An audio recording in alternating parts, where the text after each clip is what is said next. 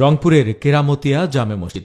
হযরতকে ভালোবেসে 1800 শতকে বঙ্গে ইসলাম প্রচার করতে ভারত থেকে তিস্তা নদী পথে রংপুর এসেছিলেন হযরত মাওলানা কেরামত আলী রহমতুল্লাহ আলাই। তিনি রংপুরের মুন্সিপাড়ার কাচারি বাজার এলাকায় অবস্থানকালে মুসলমানদের ধর্মীয় চর্চা, সভ্যতার বিকাশ ও আধুনিক শিক্ষায় অবদান রেখে পেয়েছিলেন অসংখ্য মানুষের ভক্তি, শ্রদ্ধা ও ভালোবাসা। না চাইতে পেয়েছে সে। তিনি তার জীবনের শেষ 3 বছর রংপুরে ইসলাম প্রচার কাজে ব্যয় করেন এবং রংপুরেই ইন্তেকাল করেন।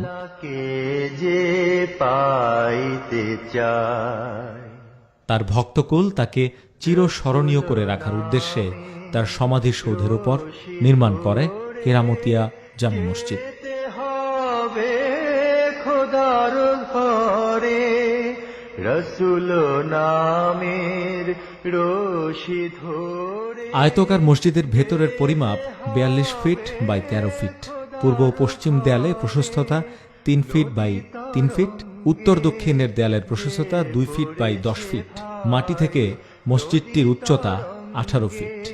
অষ্টকোণী 3টি গোলাকার মার্বেল পাথরে মোড়ানো গম্বুজ রয়েছে। মসজিদটির দেয়ালে, দরজায় লতাপাতা এবং সুদৃশ্য বৃক্ষের ছবি খোদাই করে অঙ্কিত করা আছে। বর্তমানে নতুনভাবে কিছু সংস্কার কাজ করা হয়েছে, তবু রংপুরের মুসলমানদের কাছে প্রাণাধিক প্রিয় হযরত কেরামতিয়া রহমতুল্লাহ আলাইয়ের স্মৃতি বিজড়িত এই মসজিদটি। উপমহাদেশের শ্রেষ্ঠতম বুজুর্গ হযরত মাওলানা কেরামত আলী জৌনপুরী রহমতুল্লাহ আলাইহি প্রায় 150 বছর ইসলামের প্রচার কাজ শেষ করে রংপুরে এসে উনি শেষ নিঃশ্বাস ত্যাগ করেন এবং এই মসজিদের সম্মুখ ভাগেই ওনার কবর হয়।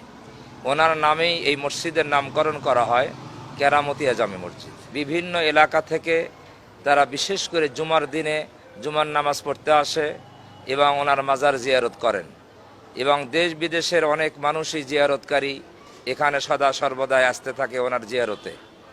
এই মসজিদে অন্যান্য মসজিদের মতোই রমজান মাসে 3 জন হাফেজ দ্বারা খতম তারাবির ব্যবস্থা করা হয়েছে এবং ইফতারির পূর্ব মুহূর্তে এই মসজিদে গরিব, মিসকিন, অসহায়দের মাঝে ইফতার বিতরণ করা হয়।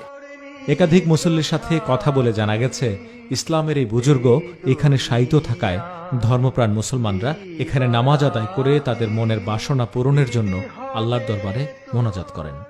অনেক অনেক দূর থেকে হাজারো হাজারো লোক এখানে আসেন নামাজ পড়ার জন্য, অলির কবর জিয়ারত করার জন্য এবং অনেকেরই অনেক মনের আশা পূরণ করার জন্য এখানে আসেন এবং আল্লাহ পাকের তরফ থেকে তাদের মনের আশা পূরণও হয়। আল্লাহর ওলি শায়িত আছেন জন্য তার পদচারণায় আজকে রংপুরবাসী গর্বিত। আলহামদুলিল্লাহ, সবসময় আল্লাহর রাস্তায় যা পাই দান খরচ করি, কারণ আল্লাহর ঘর, আল্লাহর ওলির ঘর। এখানে এমন একজন আছেন যে এনার বরকত আল্লাহ আমরা রংপুরবাসীকে ভালোভাবে চলাফেরা করি। আর আমার মনে যদি কোনো দুঃখ কষ্ট বা কোনো দিকে গিয়ে পাই, আমি এখানে এসে নফল নামাজ পড়ি এবং আল্লাহর রাস্তায় আল্লাহর ওলির ঘরে, আল্লাহর ঘরে কিছু দান করে যাই। প্রতি শুক্রবার অথবা মুসলমানদের যে কোনো ধর্মীয় উৎসবে মেতে ওঠে মসজিদটির অঙ্গন। হযরত কেরামতিয়া রহমতুল্লাহ আলাইয়ের স্মৃতি বিজড়িত রংপুরে যে কোনো পর্যটক গেলে পবিত্র ও দর্শনীয় স্থাপনার এই মসজিদটি দেখার জন্য ছুটে আসেন। লৌহে কালম না চাইতে পেয়েছে। মসজিদের খতিব জানান, ইসলাম প্রচারে বুজুর্গ হযরত মাওলানা কেরামত আলীর নামে নির্মিত এই মসজিদ শুধু উত্তরাঞ্চল নয়, বাংলাদেশের ইসলামের ইতিহাসের এক কালের সাক্ষী হয়ে দাঁড়িয়ে আছে। পাইতে চায়।